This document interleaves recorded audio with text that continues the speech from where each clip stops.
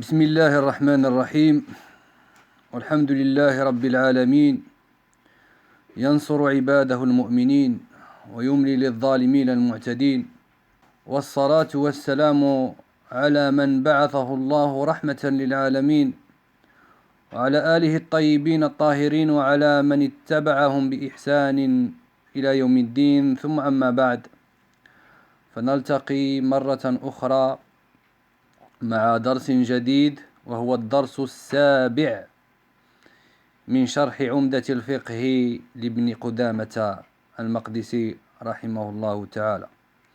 ولقد توقفنا في الحصة الماضية عند باب الوضوء. Donc, أحييكم جميعا. Je vous salue tous par la salutation de l'islam et la salutation de l'islam et assalamu alaikum wa rahmatullahi wa barakatuh. Et je disais, on se retrouve pour un nouveau cours et c'est le 7e cours de l'explication de Umdat al-Fiqh de Ibn Qudama al-Maqdisi rahimahullah.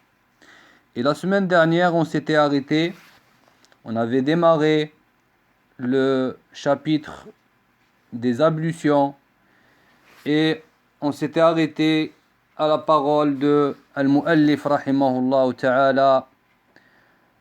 Enfin, on lavera ses pieds 3 fois, chevilles comprises, sans omettre de faire passer l'eau entre les orteils. Donc, توقفنا في الدرس الماضي عند قول المؤلف رحمه الله تعالى: ثم يغسل رجليه إلى الكعبين 3 ويدخلهما في الغسل ويخلل أصابعهما. Donc on s'est arrêté ici et bi'idnillah on continue. Donc la parole du mu'allif ici, il parle du lavage des pieds 3 fois. Donc le lavage des pieds ici 3 fois est une recommandation. Est une recommandation. Donc ce qui est obligatoire, c'est une fois concernant le lavage des pieds.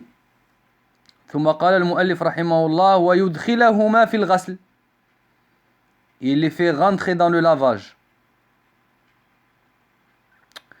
L'auteur ici, le mu'allif rahimahullah, il parle des chevilles. ويدخلهما في الغسل. Il parle des chevilles. Donc les chevilles doivent être obligatoirement lavées. Et ceci est un ijma'. وهذا الإجماع نقله النووي في شرح مسلم. Les chevilles doivent être comprises dans le lavage des pieds. ثم قال المؤلف رحمه الله تعالى ويخلل أصابعهما. Donc ici, la traduction, ils ont dit sans omettre de faire passer l'eau entre les orteils. Mais ce n'est pas ça le takhlil. Donc dans la traduction, lorsqu'on lit sans omettre de faire passer l'eau entre les orteils, ceci ne stipule pas que la personne passe ses doigts entre ses orteils. Donc ici, pour être clair et explicite dans la traduction, il faut dire et on fera passer, et il fera passer, c'est-à-dire celui qui fait les ablutions, ses doigts entre ses orteils. وهذا هو التخليل. التخليل, c'est faire passer les doigts de la main entre les orteils ou entre les mains, entre les doigts de la main ou dans la barbe. Donc le takhlil, c'est à faire pénétrer les doigts dans al-lihya, dans la barbe. Ça, on appelle ça at-takhlil. D'accord? Donc ici, il dit وَيُخَلِّلُ أَصَابِعَهُمَا. On avait dit la semaine dernière, si vous vous rappelez, on avait dit que ceci était recommandé. Donc at-takhlil. At-takhlil, وهو إدخال الأصابع بين يعني أصابع الرجلين. وهذا قلنا أنه مستحب وليس بواجب. On avait dit que ceci était recommandé en se basant sur hadith Laqit ibn Sabirah. Laqit ibn Sabirah. Dans ce hadith, le prophète alayhi salam avait dit Asbighil wudu wa khallil bayna al-asabi'. Donc ici, le prophète alayhi salam te montre la définition du takhlil. Il dit wa khallil bayna al-asabi', entre les doigts. Que ce soit entre les doigts de la main ou les doigts ou les orteils. Ou la barbe. وخلل بين الأصابع وبالغ في الاستنشاق إلا أن تكون صائما. وبالغ في الاستنشاق إلا أن تكون صائما. C'est-à-dire exagère, c'est-à-dire insiste dans l'istinshaq. On avait dit c'était quoi l'istinshaq? Il y a l'istinthar. Sauf si tu es en état de jeûne. ثم قال المؤلف رحمه الله تعالى ثم يرفع نظره إلى السماء. Donc c'est là qu'on lèvera les yeux au ciel et que l'on dira yani, l'invocation. أشهد أن لا إله إلا الله وحده لا شريك له وأشهد أن محمدا عبده ورسوله. C'est-à-dire ici, après avoir fini les ablutions, j'ai terminé les ablutions, après le lavage des pieds, on regardera dans le ciel avant de dire cette invocation-là. Le mu'allif rahimahullah ta'ala, ici, il s'est basé sur hadith Omar, marfou'an. Ici, notez-le. Quand je dis al-hadith marfou', ça veut dire que le hadith ici dans Mustalah al-hadith, dans ilm al-hadith, al-hadith al-marfou', c'est-à-dire élevé, c'est le hadith qui a été rapporté par le prophète alayhi salatu wassalam. هذا هو الحديث المرفوع. الحديث الموقوف arrêté, c'est le hadith qui a été rapporté par un sahabi. D'accord? En résumé, le hadith al-mawqouf, c'est un sahabi qui rapporte une parole à lui. D'accord? والحديث المرفوع هذا هو الحديث الذي ينقله لنا رسولنا صلى الله عليه وعلى آله وسلم. Donc Omar radiallahu anhu rapporte un hadith مرفوع أن النبي عليه الصلاة والسلام قال من توضأ فأحسن الوضوء ثم رفع نظره إلى السماء فقال أشهد أن لا إله إلا الله وحده لا شريك له وأشهد أن محمدا عبده ورسوله. يعني الحديث. Ce hadith-là, sur lequel certains fuqaha se sont basés pour dire que la personne doit lever son regard après avoir terminé ses ablutions, ce hadith-là a été rapporté par l'imam Ahmed, Abu Daoud et d'autres. Et dans la chaîne de transmission de tous ceux qui l'ont rapporté, dans toutes les versions de ceux qui l'ont rapporté, il y a une personne qui est le neveu de Ibn Aqil, et qui est un rapporteur qui est majhoul, qui est méconnu. Et donc cette ziyada est une ziyada, comme ils le disent, ulama al-hadith, c'est une ziyada munkara.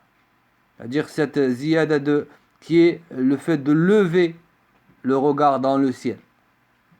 Ou lever al-sabbaba aussi, certains ils lèvent la sabbaba, ils lèvent le regard et regardent dans le ciel en disant le dua. On le remarque chez certains. Donc le hadith il a été affaibli par l'imam Ahmed Shakir Al-Mundhiri, il a été affaibli par l'Uthaymin et d'autres. Donc il n'y a pas cette ziyada qui est la ziyada de lever le regard pour dire cette invocation-là. ثم فيقول أشهد أن لا إله إلا الله وحده لا شريك له وأشهد أن محمدا عبده ورسوله. Il dira, j'atteste qu'il n'y a de divinité digne d'adoration qu'Allah sans associé, et j'atteste que Muhammad est son serviteur et son messager. En ce qui concerne le dua ici, هذا الدعاء est un dua qui est sahih. Nous, on a parlé juste avant de la ziyada, qui est le fait de regarder dans le ciel. Cette ziyada, on a dit que c'était une ziyada munkara. Mais le hadith qui est celui-là, l'invocation qui est Ashhadu an la ilaha illallah, wahdahu la sharika lah, wa ashhadu anna Muhammadan abduhu wa rasuluh. هذا حديث صحيح. Et dans Sahih Muslim,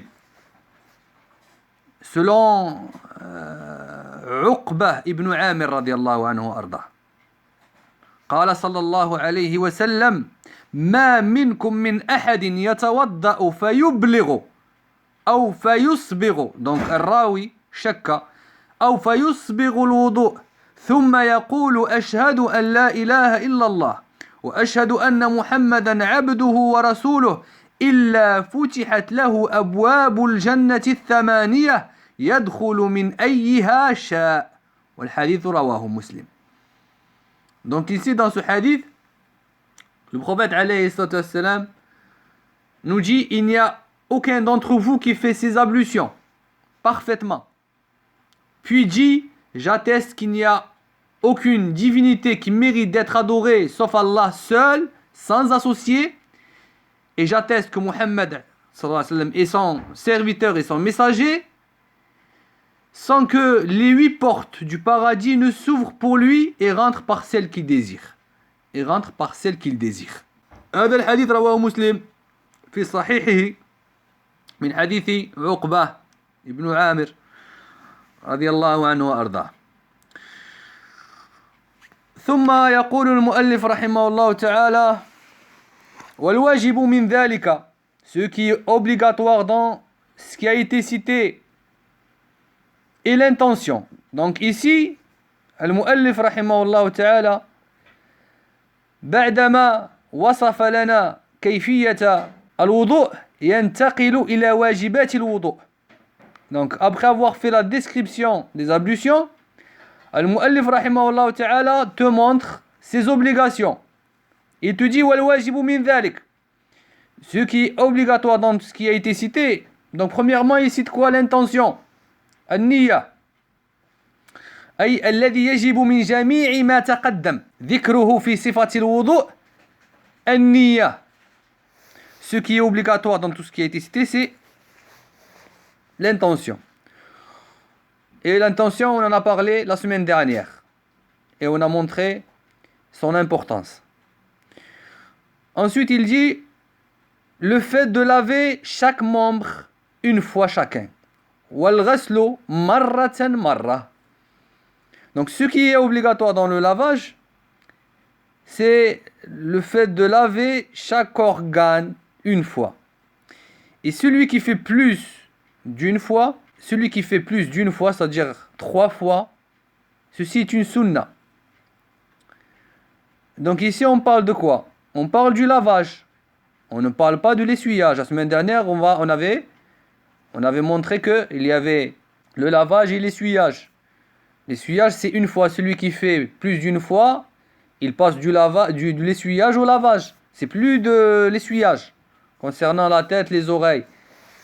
Et on avait parlé de al-imama. On dit al-imama, le turban. Ou al-khuffayn, les chaussons. Donc ici, on parle du lavage. Donc, si je fais mes ablutions en me lavant les mains, par exemple, une fois, je fais al-istinshaq al-istinthar une fois, je lave mon visage une fois, je lave mes mains jusqu'au coude une fois, je fais le masih. Donc le masih, c'est une fois, de toute façon, la tête avec les oreilles. Je lave mes pieds jusqu'aux chevilles une fois, mes ablutions sont valides. Mes ablutions sont valides. Donc le fait de laver une fois, comme il dit, c'est une obligation. Celui qui fait 3 fois, ceci est mustahab. Ceci est une recommandation. D'accord? Concernant les femmes qui mettent du vernis à ongles, quel est le jugement? Le jugement, c'est qu'il faut enlever le vernis à ongles, sinon les ablutions sont invalides. Les femmes qui font leurs ablutions avec du vernis à ongles, par rapport au lavage des mains ou même des pieds, Donc ceci est interdit, ceci rend invalide les ablutions. Ou encore, il y a encore plus que cela, il y a les femmes qui mettent des faux ongles. Ceux-là, wal'iyadhu billah, sont pires. Elles regroupent en elles deux mukhalafat. Mukhalafa al-oula, deux interdits. Le mukhalafa al-oula, c'est que c'est haram car ça va à l'encontre de la sunna et de la fitra que le prophète alayhi salatu wassalam nous a enseigné. Car il nous a dit de couper nos ongles. La deuxième mukhalafa, le deuxième interdit, c'est que dans cela il y a du tashabbuh bil kuffar. Wa hadha la yajuz. Concernant les femmes qui mettent al-hinna, est-ce que leurs ablutions sont valides? C'est les femmes qui mettent du henné. Est-ce que si elles se lavent, si elles font leurs ablutions en ayant le henné sur leurs mains ou sur leurs pieds, est-ce que cela rend leurs ablutions valides ou est-ce que leurs ablutions deviennent invalides? Ici, Inch'Allah Ta'ala, leurs ablutions sont valides. Ceci est autorisé car l'eau touche la peau. Et la majorité des savants جنحوا إلى ذلك ولا بأس بالحناء. ثم يقول المؤلف رحمه الله تعالى ما خلا الكفين, à l'exception des mains. Donc ici il nous parle, l'auteur rahimahullah ta'ala, du fait de laver les organes. Ceci est une obligation de les laver une fois. Et si on lave plus d'une fois, c'est-à-dire trois fois, je dis, si on lave 3 fois, ceci est une sunna. Donc le lavage des mains n'est pas le lavage des mains, écoutez bien, le lavage des mains n'est pas une obligation dans les ablutions, sauf pour celui qui se réveille le matin. Il doit les laver 3 fois. Je répète, le lavage des mains n'est pas une obligation au début des ablutions, sauf pour celui qui se réveille, il doit les laver 3 fois. Il dit, mais aussi l'essuyage de l'ensemble de la tête et l'ordre dans lequel on effectue cela comme nous l'avons cité. Donc c'est-à-dire que les ablutions doivent être faites selon cette chronologie. Il dit, mais aussi l'essuyage de l'ensemble de la tête et l'ordre. Donc l'essuyage de la tête du début jusqu'à le qafa. Et on revient. Donc l'essuyage, on part de manabit shar ila al qafa, thumma on revient et ça c'est une fois. Donc une fois c'est pas juste ramener derrière, on ramène les mains derrière puis on les ramène devant, ceci ça fait une fois. Donc les ablutions, il dit rahimahullah ta'ala, doivent être faites dans un ordre, l'ordre qu'on a vu la semaine dernière. Donc ici, il y a une chronologie dans les ablutions, comme on l'a vu dans le verset des ablutions, fi ayatil wudu, dans Surat al-Ma'idah, la semaine dernière. Donc le visage, puis les mains jusqu'au coude, puis on essuie la tête avec les oreilles, puis en dernier les pieds. Donc il faut respecter cet ordre. Il insiste ici, le mu'allif rahimahullah ta'ala, il faut respecter cet ordre et cette chronologie, ce classement des organes qu'on a vus. Il faut respecter cet ordre-là, incha'Allah ta'ala. Donc si une personne elle arrive et elle commence par les pieds, là ça fait trop flag, commencer par les pieds. Mais disons qu'elle va commencer, elle commence par les mains jusqu'au coude, puis elle lave son visage, puis elle passe à la tête, on dira que ses ablutions sont invalides. Car il n'a pas respecté la chronologie, l'ordre qui a été cité dans Ayat al-Wudu. ثم قال المؤلف رحمه الله تعالى ولا يؤخر غسل عضو حتى ينشف الذي قبله. De même, on ne retardera pas le lavage d'un membre au point que le membre précédent ait eu le temps de sécher. C'est très important ça. Donc parmi les conditions de validité des ablutions, il y a la succession. Il y a, parmi, on a vu l'ordre, et il y a la succession. C'est-à-dire que tu laves un organe après l'autre, et ainsi de suite, et tu ne t'arrêtes pas. Et tu ne t'arrêtes pas. Aussi, ceci s'appelle la succession. On appelle ça bil-lughati al-arabiyya al-muwalat. On appelle ça al-muwalat. On disait que la personne ne doit pas faire attendre, ne doit pas laver un organe, puis ensuite aller boire un café, à titre d'exemple. Aller boire un café, puis revenir laver l'organe suivant, et ainsi de suite. Donc, il faut que la personne, il faut que le croyant lave ses organes, et on appelle ça l'un après l'autre, et on appelle ça al-muwalat. Donc il y a la succession, il y a l'ordre, on a vu l'ordre, et la succession, c'est-à-dire laver un organe après un autre sans interruption. Il ne faut pas que l'organe précédent soit sec. D'accord? C'est-à-dire, la personne, elle va se laver, disons, elle va commencer par les mains, elle se lave les mains, elle se lave le visage, et elle va répondre au téléphone, elle reste 3 heures, après elle revient pour continuer depuis, disons, je sais pas, depuis sa tête, elle fait le mash ou elle saute un organe. Donc ici on dira, non mon frère, si t'as coupé tes ablutions et que tes organes sont devenus secs, tu dois reprendre dès le début, sinon tes ablutions sont invalides. D'accord? Il ne faut pas qu'il y ait une coupure au point où l'organe précédent soit sec. C'est ce qu'il veut dire ici, c'est ce qu'il dit le mu'allif rahimahullah ta'ala. Donc le dalil, pourquoi il a dit ça, il s'est appuyé sur quoi ici le mu'allif rahimahullah ta'ala. Le dalil de cela, c'est le hadith de Omar ibn al-Khattab radiyallahu anhu dans Sahih Muslim. أن رجلا توضأ فترك موضع ظفر. Dans d'autres riwayat,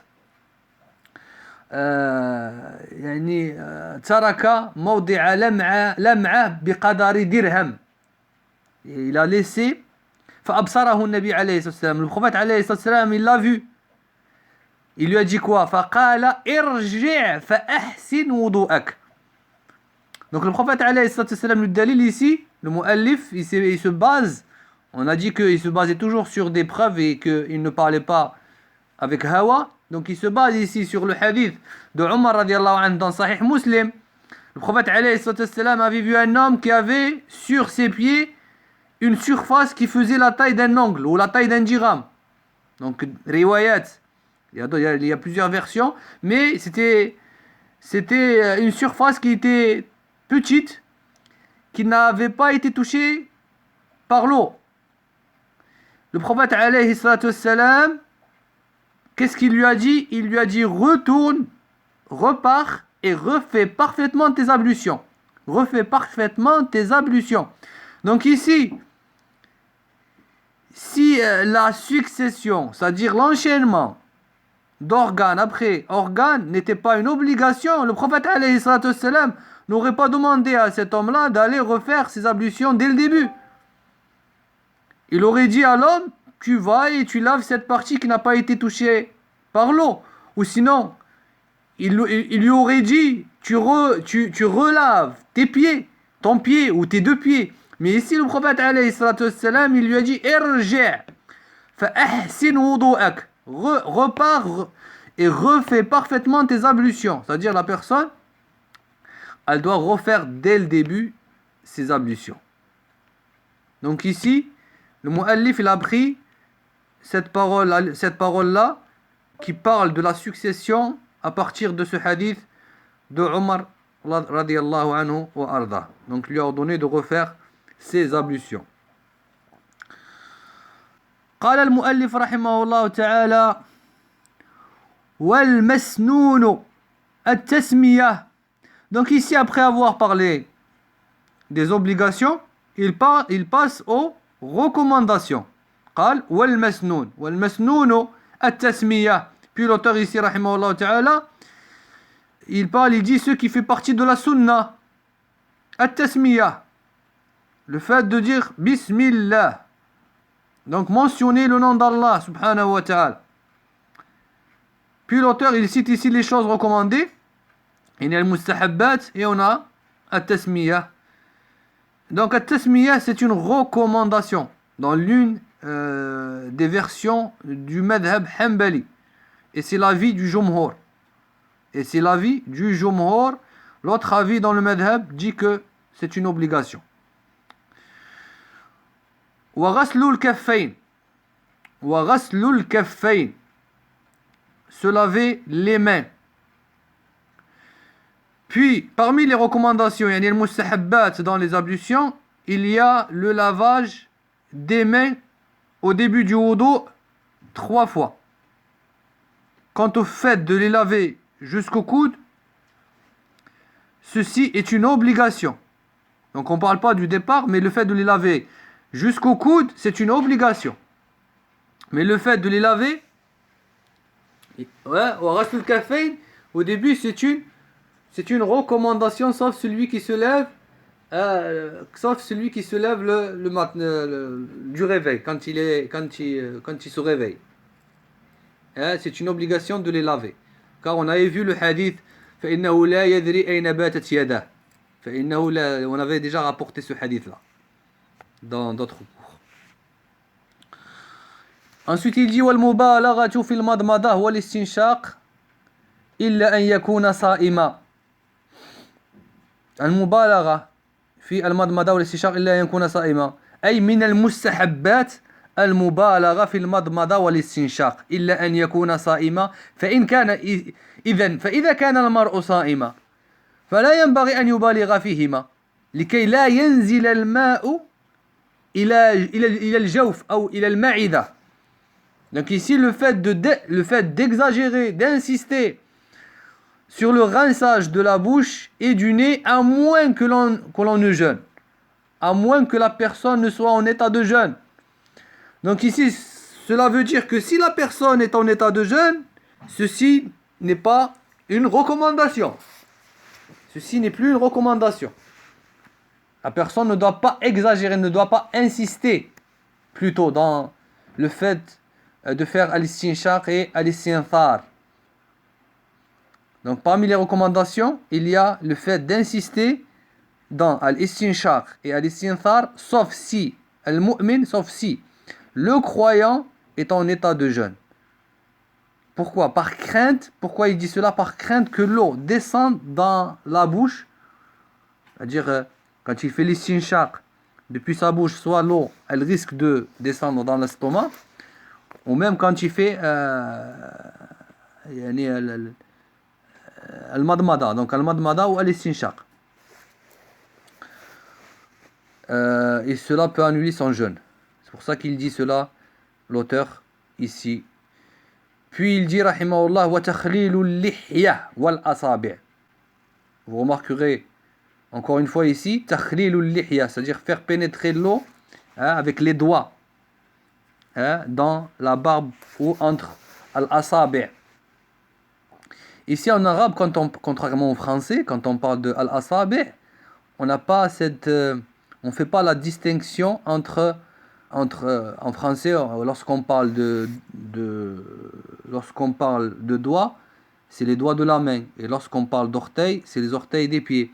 Mais ici, en arabe, quand on dit al-asabi', ici ça regroupe, comme il dit l'auteur, rahimahullah, ici ça regroupe les deux. Quand il parle de takhlil, il dit takhlil al-lihya wal asabi'. Quand il dit takhlil asabi', faire le takhlil, c'est-à-dire faire pénétrer les doigts entre la barbe et entre les doigts, ici, al-asabi' imma asabi'ul yadayn ou asabi'ur rijlayn.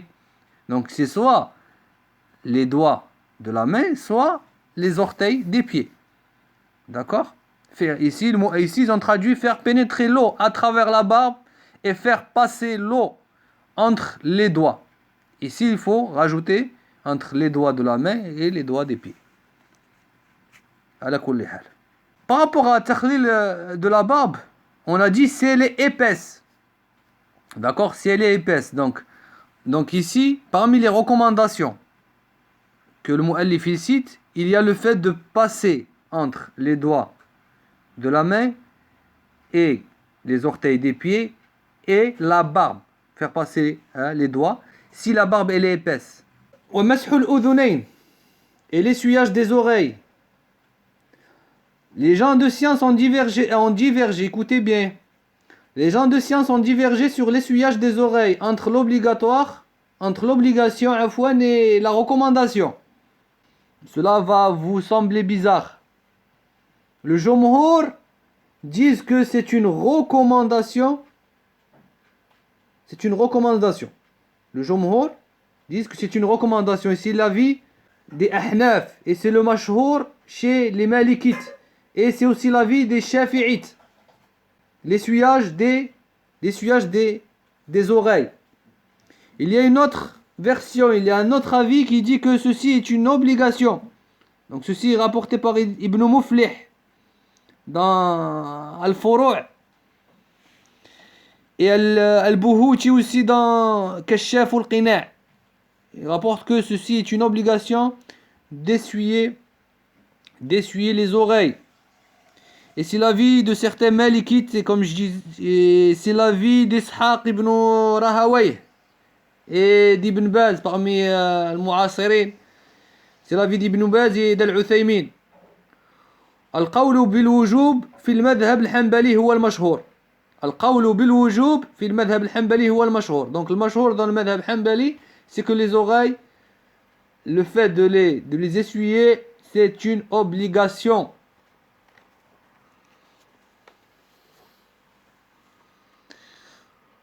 Donc sur le kayfiyya, sur la façon d'essuyer les oreilles, le croyant essuie l'intérieur et l'extérieur en mettant les deux index dans chaque oreille et avec le pouce, il tourne pour essuyer l'extérieur des deux oreilles. هذه هي الكيفية كيف يمسح أذنيه. Une autre question, écoutez, une autre question qu'on pourrait se poser. Doit-on prendre de l'eau ou pas? Est-ce qu'on doit renouveler et prendre une autre et remouiller nos mains pour essuyer nos oreilles? Ou est-ce que on essuie nos oreilles avec l'essuyage de la tête? C'est une très bonne question. Est-ce que on essuie les oreilles avec l'essuyage de la tête ou est-ce qu'on remouille nos mains pour essuyer nos oreilles? Le mustahab, donc écoutez, le mustahab et le mashhour, c'est que le croyant replonge ses mains dans l'eau pour essuyer ses oreilles. Je répète, le mustahab et le mashhour, c'est que le croyant replonge ses mains pour essuyer ses oreilles. Ibn Umar radiyallahu anhu ardah, qui était le sahabi, qui prenait le soin et qui était très attentif à suivre la sunna du prophète alayhi sallam, il suivait le prophète alayhi sallam dans ses faits et actes, il l'a fait. Il s'est essuyé la tête, puis il a remouillé ses mains et il s'est essuyé les oreilles. Ibn Qudama rahimahullah ta'ala dans le Mughni. Donc ici, on est en train de faire l'explication de l'Umda. Dans le Mughni, بعد ذكره خلاف أهل العلم في المسألة قال ففي إفرادهما بماء جديد خروج من الخلاف. Regardez ce qu'il dit. Il dit رحمه الله تعالى ففي إفرادهما بماء جديد خروج من الخلاف فكان أولى وإن مسح بماء الرأس أجزأه وإن مسح بماء الرأس أجزأه لأن النبي عليه الصلاة والسلام فعله.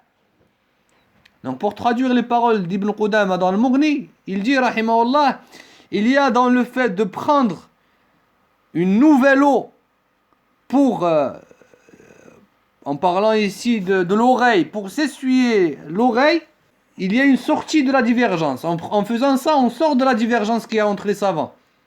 En prenant une nouvelle eau, et il dit ceci prime, ceci passe en premier, ceci passe avant. Mais il dit, regardez ce qu'il dit après, mais il dit, mais si on s'essuie, les oreilles avec l'eau de la tête, c'est-à-dire avec l'eau avec laquelle on a fait l'essuyage de la tête, il dit, ceci est permis. Car le prophète alayhi salatu wassalam l'a fait. D'accord? Car le prophète alayhi salatu wassalam l'a fait. Donc, faire l'essuyage des oreilles avec l'eau de la tête, avec l'eau qu'on a passée sur la tête pour s'essuyer, ceci est mujzi, ceci est valide. Mais si on dit, mais c'est quoi le mustahab? On dit le mustahab c'est replonger sa main une deuxième fois, la remouiller une deuxième fois pour faire al-masah des oreilles. Ceci est mustahab, ceci est fortement recommandé. D'accord? ومن سنن الوضوء غسل الميامن قبل المياسر. ومن سنن الوضوء غسل الميامن قبل المياسر. Mais aussi le fait de commencer par les parties de droite du corps avant celle de gauche. Donc ceci est cité dans le hadith de Uthman radiallahu anhu qu'on avait déjà vu sur Kayfiyat al-wudu'. Aussi Aïcha radiallahu anha avait rapporté que le prophète alayhi sallam aimait commencer par la droite dans toutes ses affaires, dans tout ce qu'il entreprenait, dans tout ce qu'il faisait. Alayhi salatu wassalam. Kana yu'jibuhu at-tayammuna fi sha'nihi kullih. Comme on l'avait cité. Ici, ce caractère de recommandation, de commencer par la droite, fait l'objet de ijma', qui a été rapporté par Ibn Abd al-Barr dans Al-Tamhid et aussi par Al-Nawawi, rahimahumallah. ومن سنن الوضوء الغسل ثلاثا ثلاثا. Donc, parmi les recommandations, donc on l'a déjà vu cela, c'est le fait de laver chaque membre 3 fois. Donc ici on parle bien évidemment des mains, du visage, des mains jusqu'au coude et des pieds jusqu'aux chevilles. وتكره الزيادة عليها. أي هنا يقول المؤلف وتكره الزيادة عليها أي تكره الزيادة على 3 غسلات. Au-delà de ce nombre de lavage, ceci est détestable. C'est-à-dire dépasser le nombre de 3, ceci est makruh. Le dalil, c'est quoi? Le dalil par rapport à cela, c'est le hadith de Abdullah ibn Amr ibn al-As radiyallahu anhuma. Un homme était venu voir le prophète alayhi salatu wassalam pour le questionner sur les ablutions. Le messager d'Allah sallallahu alayhi wa sallam lui a montré comment faire en lavant à chaque fois 3 fois l'organe. Donc le prophète alayhi salatu wassalam, il lui a montré comment faire les ablutions en lavant à chaque fois 3 fois. Puis le prophète alayhi salatu wassalam a dit هذا الوضوء هذا الوضوء, ceci, ce sont les ablutions, c'est-à-dire que chaque croyant doit faire هذا الوضوء فمن زاد على هذا فقد أساء وتعدى وظلم. Qu'est-ce qu'il dit le prophète alayhi salatu wassalam ici? Pour traduire, il dit هذا الوضوء. Donc voilà les ablutions. Quiconque fait plus que cela, c'est-à-dire plus que le nombre que je viens de faire à chaque fois, aura offensé, ta'adda, aura transgressé, dépassé ses limites et a commis une injustice. Wa dhalam. Et aura commis une injustice. Donc le hadith a été rapporté par l'imam Ahmed, Abu Daoud, Al-Nasa'i, Ibn Khuzaymah, ainsi que d'autres, avec un isnad hasan. Avec un isnad hasan. Ibn al-Qayyim aussi, rahimahullah ta'ala, dans Zad al-Ma'ad, rapporte que le prophète alayhi salatu wassalam n'a jamais dépassé 3 fois dans le lavage concernant al-wudu', concernant l'organe qui doit être lavé. Jamais il n'a dépassé 3 fois. Donc il est makruh, il est détestable de laver un organe plus de 3 fois. والإسراف في الماء. والإسراف في الماء. Tout comme il est détestable le fait de gaspiller de l'eau au cours des ablutions. Donc يكره كذلك الإسراف في استعمال الماء في الوضوء لقول الله تعالى ولا تسرفوا إنه لا يحب المسرفين. يعني هذا في سورة الأنعام. Donc le gaspillage de l'eau est détestable conformément à la parole d'Allah subhanahu wa ta'ala. ولا تسرفوا, et ne gaspillez pas. إنه لا يحب المسرفين, car il n'aime pas les gaspilleurs. Après, il y a une mas'ala par rapport au fait de s'essuyer après avoir terminé les ablutions. Le fait de s'essuyer avec une serviette. Est-ce que c'est permis? Est-ce que c'est souhaité? Est-ce que c'est mustahab? Est-ce que c'est interdit? At-tanshif. At-tanshif. Est-ce que, après avoir terminé les ablutions, est-ce que on s'essuie avec une serviette pour se sécher? Ou est-ce qu'on reste comme ça? Quel est le jugement? التنشيف أيها الإخوة أمر مسكوت عنه فلا بأس به. أمر مسكوت عنه فلا بأس به. Les ulama disent وتباح معونته وتنشيف أعضائه. وتباح معونته وتنشيف أعضائه. Donc ceci rapporté dans Zad al-Mustaqni' et al-Furu'. Donc ceci est permis. Donc il a haraja fi dhalik, la ba'sa fi dhalik. Donc il n'y a aucun mal à cela si la personne veut s'essuyer. Donc après le mu'allif rahimahullah ta'ala passe à l'utilisation du siwak. Donc l'utilisation du siwak est une sunnah lorsque l'odeur de la bouche est altérée. Lorsque l'on se réveille et avant d'accomplir la prière conformément à la parole du messager d'Allah sallallahu alayhi wa sallam, n'ait été la crainte de charger ma communauté, je leur aurais ordonné l'usage du siwak à chaque prière. Donc le hadith il est rapporté par Al-Bukhari et Muslim. Donc je continue la lecture car ça parle toujours du siwak. Son usage est également recommandé à tout moment, sauf pour le jeûneur après le déclin du soleil. Donc, ici, dans certaines versions, le chapitre du siwak, il est mufrad, il est indépendant, on lui consacre un chapitre à lui seul. Dans d'autres versions, il est inclus dans les ablutions. Donc ici, la version que j'ai, ala kulli hal, le siwak, il est inclus dans le chapitre des ablutions. قال المؤلف رحمه الله تعالى ويسن السواك عند تغير الفم. Lorsque la bouche est altérée. Le dalil de cela est le hadith de Aïcha radiallahu anha marfou'an. السواك مطهرة للفم مرضاة للرب. Le dalil c'est le hadith de Aïcha marfou'. Le siwak purifie la bouche et donne satisfaction à Allah subhanahu wa ta'ala. Donc le siwak purifie la laine de la bouche et donne satisfaction à Allah Jalla wa ala. وعند القيام من النوم. وعند القيام من النوم. Donc ceci est basé sur le hadith de Hudayfa radiallahu anhu arda. قال كان النبي صلى الله عليه وسلم إذا قام من الليل يشوص. يشوص, on dit شاص فمه, c'est-à-dire lorsqu'il passe le siwak dans la bouche. يشوص فاه بالسواك.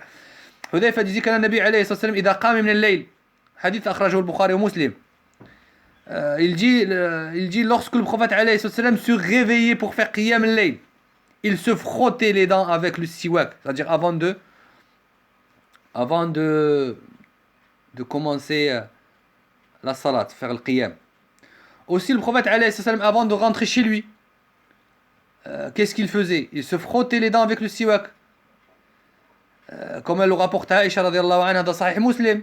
Et aussi à la fin de sa vie, comment elle le rapporte à Aïcha radiallahu anha, le prophète alayhi salam avant de mourir, il faisait signe à Abdurrahman ibn Abi Bakr Il faisait signe comme quoi il volait son siwak. Sachez une chose aussi par rapport au siwak. Il est strictement interdit de se moquer ou de prendre en dérision ou dénigrer le siwak, car ceci est une sunna du prophète alayhi salatu wassalam. Donc celui qui dit par exemple il n'y a que les sauvages, comme je l'ai déjà entendu, il n'y a que les sauvages qui utilisent le siwak et qui se frottent les dents avec des bâtons, ou qui dénigrent une sunna parmi les sunnas du prophète alayhi salatu wassalam, est un kafir murtad. Et je le dis et je le répète à voix haute, c'est un kafir murtad. Certains ferment cette porte de l'apostasie. Il y a de l'apostasie. Ici, pourquoi je dis cela? قال الله سبحانه وتعالى قل أبي الله وآياته ورسوله كنتم تستهزئون لا تعتذروا قد كفرتم بعد إيمانكم. Et سبب نزول هذه الآية, pourquoi ce verset a été révélé? Il a été révélé concernant des gens qui se moquaient des sahaba. Ils se moquaient, ils disaient ما رأينا مثل قرائنا هؤلاء أرغب بطونا ولا أكذب ألسنا ولا أجبن عند اللقاء. Ils parlaient des sahaba radiallahu anhum wa ardahum. Ils se moquaient des sahaba, ils disaient que c'était des menteurs et que c'était des peureux lorsqu'ils rencontraient un ennemi. Lorsqu'ils voulaient affronter un ennemi, c'était des peureux. Et c'était des menteurs et c'était des gros mangeurs. Ils mangeaient beaucoup. Ils mangeaient beaucoup. C'est des gens qui pensaient qu'à leur ventre. En parlant des sahaba radiallahu anhum wa ardahum. Donc ici, le verset a été révélé. Ils se moquaient. Allah subhanahu wa ta'ala قال قل أبي الله وآياته ورسوله كنتم تستهزئون. Est-ce que c'est d'Allah, de ses versets, ainsi que de son messager que vous vous moquez? Vous avez bel et bien mécru après avoir cru. لقد كفرتم بعد إيمانكم إن نعفو عن طائفة منكم نعذب طائفة. Parce que certains étaient là, mais ils n'ont pas condamné ce qu'ils avaient entendu. C'est pour ça qu'Allah subhanahu wa ta'ala dit إن نعفو عن طائفة منكم نعذب طائفة بأنهم كانوا مجرمين. Donc, par rapport au siwak, par rapport à l'ihya, celui qui se, par rapport au sunan du prophète alayhi salatu wassalam, comme je l'ai déjà entendu, et bon, j'avais fait une réfutation par rapport à une certaine personne par rapport à l'ihya, celui qui dénigre l'ihya ou qui dit que l'ihya, il n'y a que les imbéciles ou il n'y a que les faibles d'esprit qui font cela. هذا كافر مرتد. D'accord? Donc c'est une prescription apparente. هذا معلوم من الدين. هذا معلوم من الدين. Celui qui dénigre les sunans du prophète alayhi salatu wassalam en se basant sur ce hadith, sur ce verset qu'on vient de citer. Donc ceci était une parenthèse. Donc je continue pour terminer. وعند الصلاة. Et avant d'accomplir la prière. C'est-à-dire qu'avant de commencer la prière, il est recommandé aussi de se frotter les dents avec le siwak. Aussi, il y a un autre hadith aussi rapporté par Abu Huraira radiallahu anhu ardah, chez Malik, Ahmad et An-Nasa'i, d'autres avec un sanad qui est sahih. Le prophète alayhi sallam قال لولا أن أشق على أمتي لأمرتهم بالسواك عند كل وضوء. D'accord? Donc avant les ablutions aussi, ceci est recommandé. ويستحب في سائر الأوقات إلا للصائم بعد الزوال.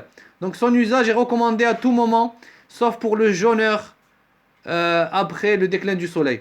Donc les fuqaha ici ont divergé sur l'utilisation du siwak pour le jeûneur après al-dhuhr, selon deux avis.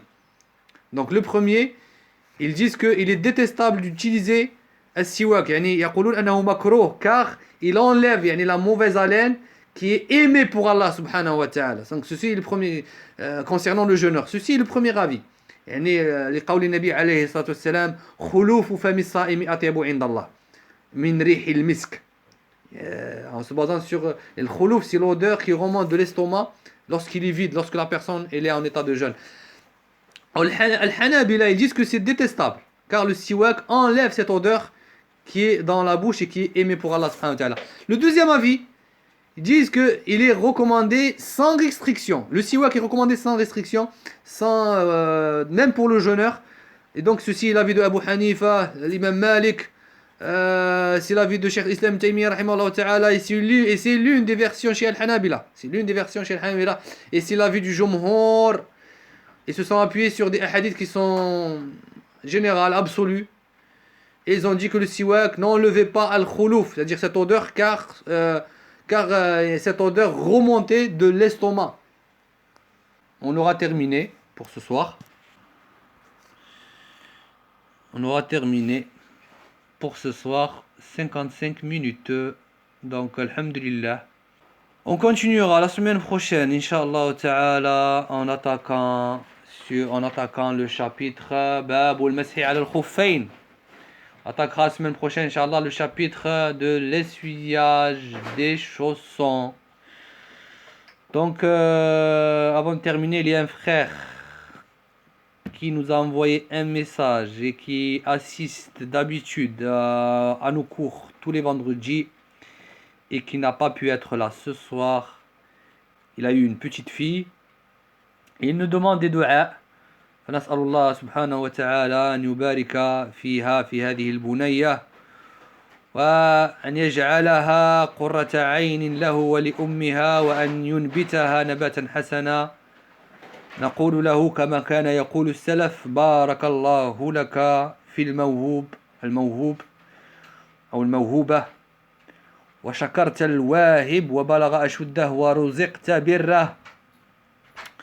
فلست أدري ماذا سيسميها، فنبارك له ولزوجته بهذه الضيفة الجديدة. Donc c'est une nouvelle invitée qui arrive dans la famille.